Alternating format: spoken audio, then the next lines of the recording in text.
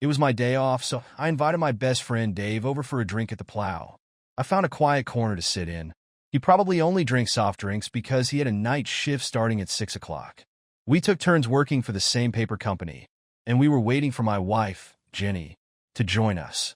I was annoyed but kept my cool. Dave didn't seem to notice my short phrases as we talked. Jenny and I had been friends since junior high school.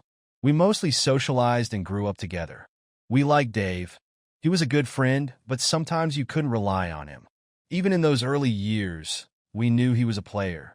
His word was as solid in its hardness as a lump of warm jelly. But as time went on, my feelings for Jenny grew, and her feelings for me seemed to grow too. Friendship turned to love, and we got married when we were both 23. We got together on weekends. Jenny, me, Craig, and Dave, and his latest girlfriend. Dave was always there to help. He could be a little, sometimes a lot late, but he always got his way. From an early age, it was obvious that Jenny loved me as much as I loved her, and it was expected that we would get married. All my parents could see what was going on, and they were happy. Dave was my best man at our wedding, and he was also the creep who had caused me to get on a train to Scotland with no money for the stag party. Fortunately, I had a hunch that something like this might happen, so I stashed some cash and a credit card in a sock. It was a little uncomfortable using the credit card at first, but after a few stacks, I stopped feeling the pain. He was surprised when I showed up for work the next day. He had already made excuses for me. Jenny has always been a flirt from a very young age. I'm sure she didn't realize she was doing it at first, but when her hormones took over, she fully realized it. However, she kept it under control, just a flirty look and a smile, never touching each other. That would be wrong. Why do you flirt with other men? I asked right away. It's fun, she replied. It was just a gentle flirtation, not to continue. She even did it with Dave. I just kind of grew up on what she was doing, and it would be weird if she didn't flirt a little. Once, when we'd been married for a few years, I asked her, coming home from the pub, "Why aren't you flirting with me?" "It's no fun flirting with your husband in public," she said. "I do it for you in the bedroom," and she did. Our sex life was good. Our company was expanding, and Dave and I had a chance to get promoted and become our shift supervisors. A training course was organized for this purpose. Dave continued his training, and a few weeks later, I continued mine. This entailed a weekend away. Dave used to tell me about his antics. He was single and a good-looking guy. I was married and well-behaved. Okay, maybe I drank too much Saturday night and wasn't too awake Sunday morning. A pay raise due to a promotion meant that Jenny and I would soon have enough money saved up to put a deposit down on a house. We planned to have kids as soon as we were settled. We talked about it and looked forward to ceremoniously flushing the birth control pills down the toilet. After all, that's what people do. I noticed a change in Jenny's behavior about 3 months ago, right after I got back from my course. It took me a while to realize it. At first, it was barely noticeable, an increase in sexual intercourse, which I wrote off as me being away for over a week. Then, for a few weeks, the sex practically stopped. I also noticed that the flirting slowed down when we went out. She was still doing it, but not as blatantly as before, a little more subtle. There were other little things too. The house was not as clean as usual. Washing clothes was now done on weekends, and she usually did it during her free time during the week. Other chores she did during the week were now done on weekends, taking time away from us. Something was happening. I was now looking for something new. She usually showered when she got home from work. Nothing out of the ordinary, except that the shower was now taking twice as long. I also noticed that her paycheck had gone down, so I guess she wasn't working as often as she used to. When I asked her about it, she simply said that there were fewer vacancies as the supermarket was recruiting young people. It was strange. When I walked into the supermarket, I didn't see any young people, just the same old crowd. In fact, there was a big recruitment poster hanging there. That's when it hit me. She was having an affair, probably with someone at work.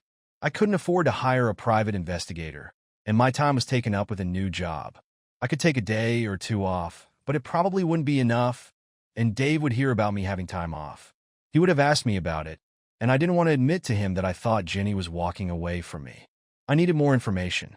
I bought some small Wi-Fi spy cameras on eBay and set them up in our bedroom and living room. I tracked her phone with a tracking app. 3 weeks later, I hadn't seen anything.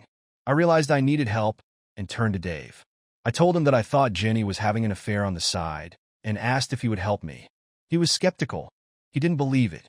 He said she loved me so much she would never cheat on me, but he offered his help. He could follow her in the evenings when he had the day shift, and when he was on the night shift, he would go to bed in the morning and could watch her during the day. He would pass me anything he found on his shift change.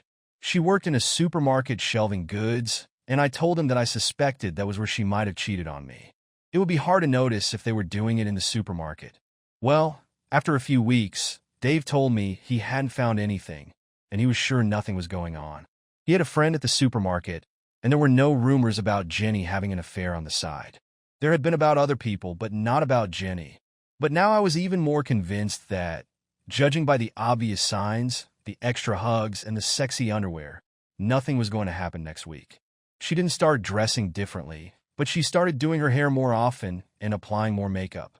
It was Saturday night, and we went to the local pub. There was a small disco there. Jenny usually danced with both of us, with me more than with Dave, but this time, she danced with me most of the time. There were only a few dances with Dave, and that's when it hit me. She'd stopped flirting with Dave. She was having an affair, and it was with Dave. I was such a fool to trust two people more than anything else in the world after my parents. That's what gave me away when I figured it all out. What a fool I had been. I needed more information, and this time from myself. Jenny organized her shifts to coincide with mine, and that often helped, but sometimes we had to prioritize work. Her shifts and work schedule varied, so we kept a calendar with dates and times. I went back and double-checked the videotape of her leaving the house with her shifts on the calendar. That was it. She was leaving our house around 10, even though her shift didn't start until 2. Then I saw that she had left her cell phone at home. She had to walk past our house to get from Dave's to the supermarket. What a dumbass I was. The following Monday, I worked during the day, and Dave worked at night. Her shift didn't start until 2. After I left home, I called in sick, and Jenny took the day's shift early. According to the calendar, today was supposed to be at 4 o'clock, so she'd be home at the same time I was. I watched as she left our house about an hour after I left for work and drove to Dave's house, and left just before her shift started. Not surprisingly, our house wasn't as cleaned up since she spent most of the day at Dave's. I took pictures of her going in and out. I had to make sure it couldn't be innocent, and I would look like a complete idiot if I accused them without proof. Monday night, I went out for a walk. I knew where Dave hid his spare key. I took 2 Wi-Fi cameras. He wouldn't have noticed them amongst the mess he lived in. I even managed to install one in his bedroom, although recently, when I stopped by to see him, I noticed his apartment was a little tidier. I assumed he was seeing someone else, but he hadn't told us about anyone. It wasn't like he couldn't invite a girl over to the usual bachelor pad where he usually lived. I caught them the next day. Jenny appeared there, but it was not a friendly greeting kiss but a real lover's kiss. I heard her scolding him about the state of the apartment, and she started cleaning up. As soon as she was done, he took her hand and led her into the bedroom. They didn't come out of there for 2 hours. That was enough for me. I didn't watch what was going on in the bedroom.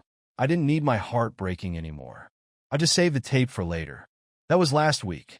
I told her I was a little sick and wasn't in the mood for sex. My parents had moved to the South Coast, and I suggested Jenny visit them this weekend. There won't be any sex there, I said. It didn't seem right for me to do it at my parents' house, and I didn't feel like having sex with her after what I'd seen. Besides, in one of the recordings, I heard Dave saying something on the phone that piqued my interest. We got back on Sunday, and neither of us liked to cook, so I suggested Chinese takeout. When we got back, I went for it. I got close enough to Dave's house to connect to the Wi-Fi. My suspicions were confirmed. I asked Dave to meet me at the pub at 5 o'clock before he left for his shift. I bought drinks, including one for Jenny. When he arrived, he asked me what was up. I told him I wanted to wait until Jenny got there. I'm sure I noticed a glimmer of worry on his face, and he had half a pint of light beer, as he didn't want to be drunk on the job.